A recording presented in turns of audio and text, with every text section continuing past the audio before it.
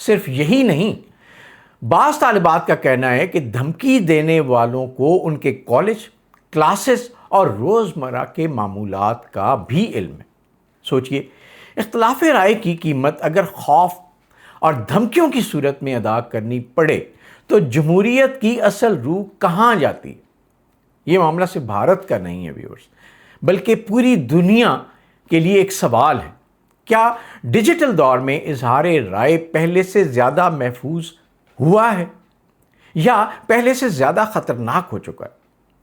ماہرین کہتے ہیں کہ آن لائن نفرت انگیز اور خواتین کو نشانہ بنانے والے گروہ دنیا کے کئی ممالک میں ایک سنگین مسئلہ بنتے جا رہے ہیں۔ لہٰذا اس خبر کو صرف ایک مقامی واقعہ سمجھ کر نظر انداز نہیں کیا جا سکتا، لیکن مودی گورنمنٹ کی جو تاریخ رہی ہے وہ یہ ثابت کرتی ہے کہ وہ اپنے مخالفین کو کچلنے کے لیے کسی بھی حد تک جا سکتے ہیں۔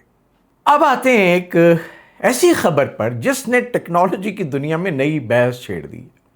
سوشل میڈیا پر یہ دعویٰ کیا جا رہا ہے کہ اے آئی باغی ہو رہی ہے، آرٹیفیشل انٹیلیجنس باغی ہو رہی ہے۔ لیکن حقیقت کیا ہے؟ حقیقت یہ ہے کہ موجودہ اے آئی سسٹمز خود مختار انسانوں کی طرح فیصلے نہیں کر پاتے۔ وہ اپنے پروگرام، تربیت اور مقررہ حدود کے اندر رہ کر کام کرتے ہیں۔ پھر بھی دنیا کی بڑی اے آئی کمپنیاں اور محققین ایک حفاظتی تصور پر کام کر رہے ہیں، ایک سیکیورٹی سسٹم پر کام کر رہے ہیں، ایک سیکیورٹی میکنزم پر کام کر رہے ہیں جسے کل سوئچ کہا جاتا ہے۔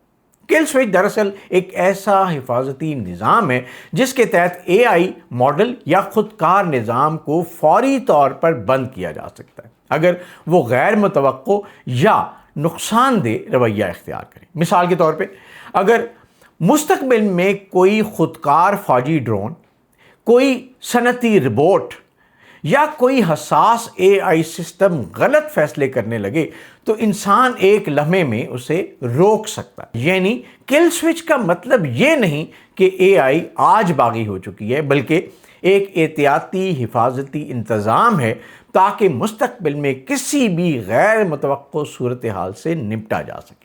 ویورز، ان ساری باتوں کا اگر ہم موازنہ کریں تو جدہ میں دفاعی مشاورت، یمن میں حوثیوں کی کارروائیاں، بھارت میں ڈیجیٹل نفرت اور اے آئی کی تیزی سے ترقی، یہ الگ الگ خبریں نہیں، یہ دراصل ایک بڑی تصویر کے مختلف حصے ہیں۔ یعنی دنیا تیزی سے ہائیبرڈ وارفیئر کی طرف جا رہی ہے۔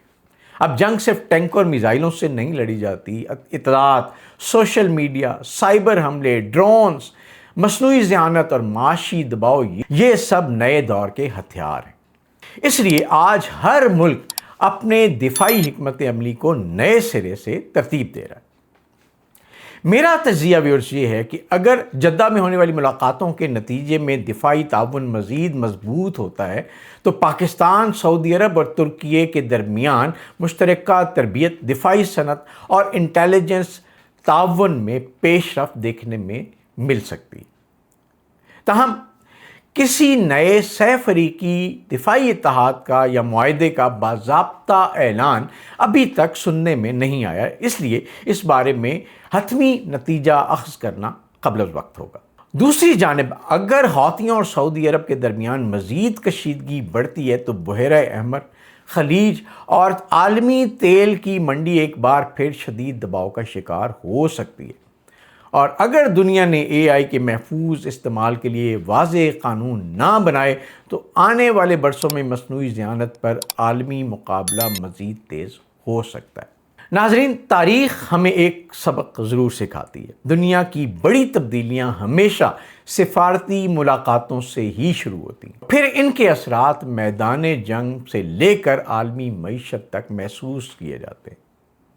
آج جدہ میں ہونے والی ملاقات، نجران پر حملہ، دلی کا واقعہ اور اے آئی پر جاری بحث، یہ سب شاید آنے والے دنوں کی ایک نئی کہانی کا آغاز ہے۔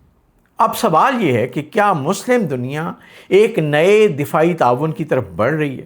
کیا مشرق وسطیٰ ایک بار پھر بڑے جغرافیائی تصادم کے دہانے پہ کھڑا ہے اور اے آئی مستقبل میں انسان کی سب سے بڑی طاقت ثابت ہوگی یا یہ سب سے بڑا امتحان ہوگا؟ اپنی رائے کامنٹس میں ضرور دیجیے گا، اس دعا کے ساتھ کہ اللہ تعالیٰ ہم سب کو اپنے حفظ و امان میں رکھے۔ آپ سے ریکویسٹ یہ ہے، اس ویلاگ ختم کرنے سے پہلے یوٹیوب چینل فوکس وتھ تصدق گیلانی کو ابھی سبسکرائب کیجیے گا، بیل آئیکن پریس کیجیے گا تاکہ آپ کے پاس ہمارے تجزیے، تبصرے اور کریڈیبل انفارمیشن ٹائملی پہنچتی رہے۔ آپ کا بہت شکریہ۔